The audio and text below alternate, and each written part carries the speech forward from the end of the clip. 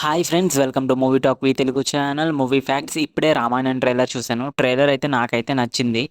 Part 2కి సంబంధించిన క్యారెక్టర్స్ని కానీ లేదంటే సీన్స్ని కానీ ఎక్కడ కూడా ట్రైలర్లోని రివీల్ చేయలేదు. చాలామంది సోషల్ మీడియాలోని హనుమంతుడి క్యారెక్టర్ ఎక్కడ రివీల్ చేయలేదు ఎందుకని చాలామంది కామెంట్స్ చేస్తున్నారు.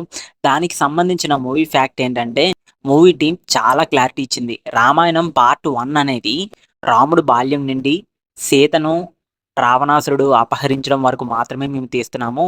పార్ట్ 2లో నుండి హనుమంతుడి క్యారెక్టర్ ఎంటర్ అవుతుంది అని మూవీ టీం అయితే క్లారిటీ ఇచ్చింది.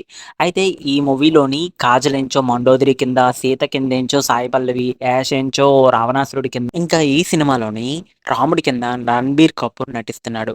ఇదంతా బాగుంది.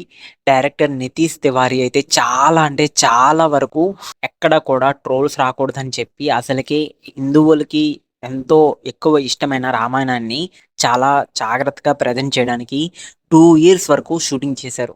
సో, ఆ 2 ఇయర్స్ మొత్తం కలిపి ట్రైలర్‌ని రిలీజ్ చేశారు.